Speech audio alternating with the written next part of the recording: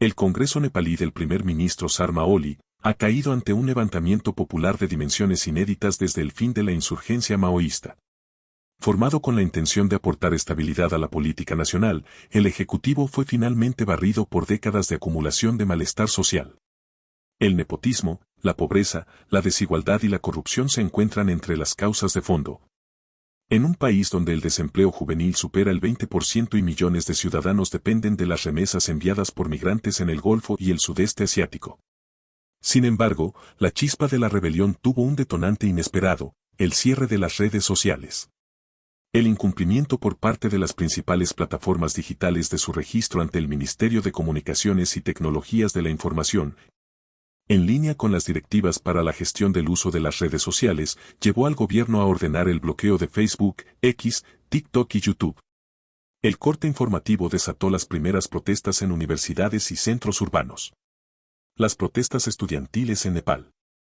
El 8 de septiembre de 2025, las organizaciones estudiantiles se lanzaron a las calles de Katmandú y de las principales capitales provinciales. La respuesta del gobierno de Nepal fue tajante: las fuerzas del orden reprimieron con fuego real y causaron 19 muertos y centenares de heridos. Esta masacre se convirtió en el último clavo en la tumba del Ejecutivo. La dimisión del ministro del Interior, Ramesh Kak, la imposición de un toque de queda y la reapertura parcial de las redes sociales no lograron frenar la marea de indignación. Al amanecer del día siguiente, Katmandú se encontraba tomada por los manifestantes, que comenzaron a cobrarse las muertes de la víspera en una espiral de violencia. Uno a uno, los principales símbolos del poder político fueron cayendo. El Parlamento fue asaltado y reducido a cenizas. La misma suerte corrieron las sedes del CPN-UML y del CN, los dos partidos mayoritarios. Sindh Durbar, el palacete colonial que alberga al Ejecutivo, fue arrasado por las llamas. La sede del principal periódico Kathmandu Post también fue atacada, al igual que la Corte Suprema y la residencia oficial del presidente de la República. Para el mediodía, el Estado había perdido el control de la capital. La crisis arrastró consigo al propio primer ministro. Sharma Oli presentó su dimisión y tuvo que ser evacuado en helicóptero por el ejército, en una operación de emergencia que también extrajo a buena parte de los miembros del Ejecutivo y del Legislativo. Sin liderazgo visible, la furia de la multitud se volcó sobre las propiedades privadas de la élite política. La residencia privada de Oli fue saqueada e incendiada.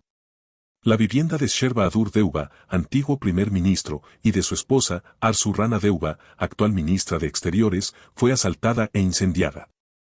Las propiedades del viceprimer ministro, Parkas Man Singh, corrieron la misma suerte, al igual que las de la expresidenta Vidya Devi Bhandari y las del exprimer ministro Pushpa Kamal Dahal Prachanda. El peor episodio, sin embargo, se produjo en la residencia del también exprimer ministro Jhala Nath Kanal, donde el ataque concluyó con la muerte de su esposa, calcinada viva. El caos desbordó rápidamente la capital. El aeropuerto internacional de Katmandú fue atacado por manifestantes, provocando la intervención del ejército que lo ocupó para evitar su destrucción. En varias provincias, parlamentos regionales y casas de líderes locales fueron incendiados. Al menos 3 prisiones fueron asaltadas, con fugas masivas de reclusos. La caída del gobierno de Oli no es solo un cambio de ciclo en Nepal, es un terremoto político en el corazón del Himalaya, con consecuencias que pueden desbordar sus fronteras. India ordenó reforzar su frontera septentrional, temiendo un desbordamiento del caos hacia Bihar, Uttar Pradesh y Sikkim, y llamando a la calma. Pekín, en cambio, guardó silencio.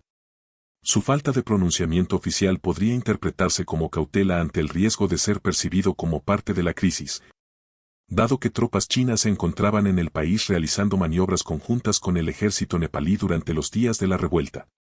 Por su parte, Estados Unidos y varios países occidentales emitieron un comunicado conjunto llamando a todas las partes a ejercer la máxima moderación y evitar una mayor escalada.